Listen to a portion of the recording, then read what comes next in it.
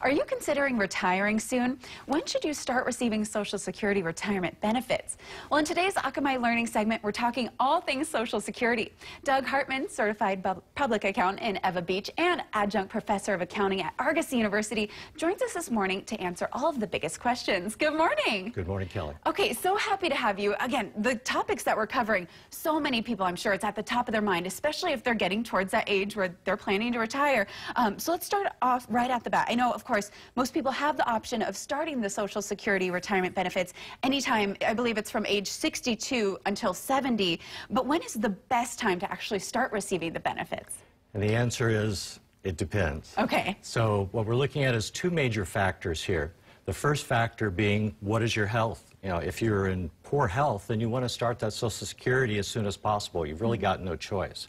However, if you're in good health, it's recommended, I recommend that my clients wait until their full age of Social Security eligibility, which right now for folks in the early 60s is age 66, and those folks that are born in 1960 and thereafter, the current full age is 67. Okay.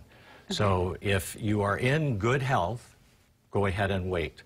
If you start your Social Security soon, and actually up to 75% of those folks that retired do start it before full retirement age. Mm-hmm. But what happens then is they'll end up receiving that Social Security payment will end up being less, because that Social Security payment is based on the number of years that you pay in. Okay, that makes sense. Okay, so I guess it definitely is going to depend then really on your health and how you think you're going to be able to, you know, allocate it. If you can hold off as long as possible, I guess do so. Okay, so how does the Social Security Administration determine exactly how much they're going to pay retirees? What they do is they look at your high earned income for the highest 35 years that you paid into Social Security. Now, in the past, many women were not in the workforce for 35 years, so their Social Security benefit was actually less than many. Right now, the average Social Security payment is somewhere between $1,340 to $1,400 a month. The maximum amount of Social Security payment is $2,640 a month. Now, you are only taxed on up to the first $128,000 of your income. After that, those high earners do not have to pay Social Security tax of it over and above $128,000. Oh, very interesting. I didn't know that they took the cumulative, I guess, of the 35.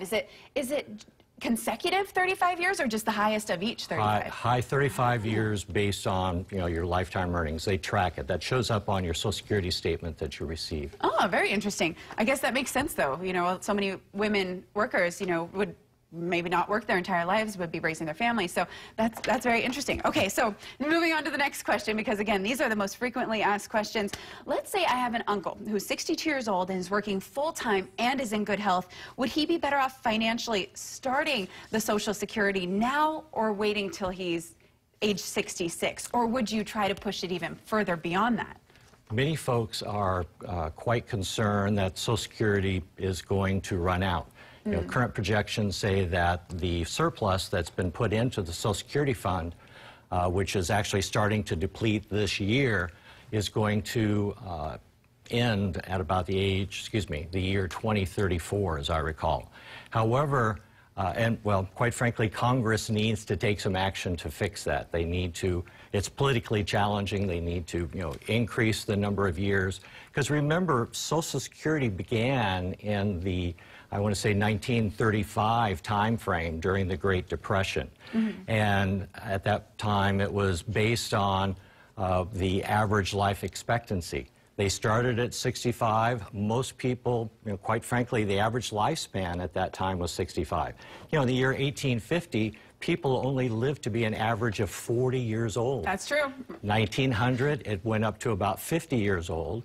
By 1935, it was actually at about close to 65. Today, it's 75 for Caucasian men, 78 Caucasian men, and 80 for Caucasian women. As a result, then, you know, we have folks that, however, because of medical care and the like, we now are going to be able to live longer than that. Social Security is based on, you know, there's basically a chunk of money the actuaries calculate that will go ahead and take you up through the average. So if you're in good health and you're earning income, wait until later, because the amount of Social Security payments that you're going to receive will actually increase if you wait. Right. And then if you live beyond age 78 or 80, then what that means is that you actually are making more, over your lifetime. Right, and the longer you live, the more you'll need. The more you'll need. And Okay. actually, right now, folks are, as I mentioned, Social Security was only meant to provide 40% of your income in your retirement. That's what it was meant to 40. do. Okay. 40%. However, folks now that are 80 years old, the vast majority of them are counting on Social Security for 90% of their earned income. Oh, wow. So the bottom line is, folks like yourself that probably have a 401k plan, you need to increase the amount of money you're putting into your 401k plan, because if you don't, chances are that 401k plan will expire before you do. Right, that's true. All right, well, thank you so much for these amazing tips. And again, start planning and know by age, by health, what you should do and what's right for you. Well, thank you so much for joining us this morning. My pleasure. All right, well, quick reminder, if you know someone who wants to go to college, you can enter Argosy University's scholarship contest. One lucky winner chosen every month to receive $10,000 scholarship. Head to our website for contest details and the nomination form. All right, so much more when we come back. Stay with us. Thank you.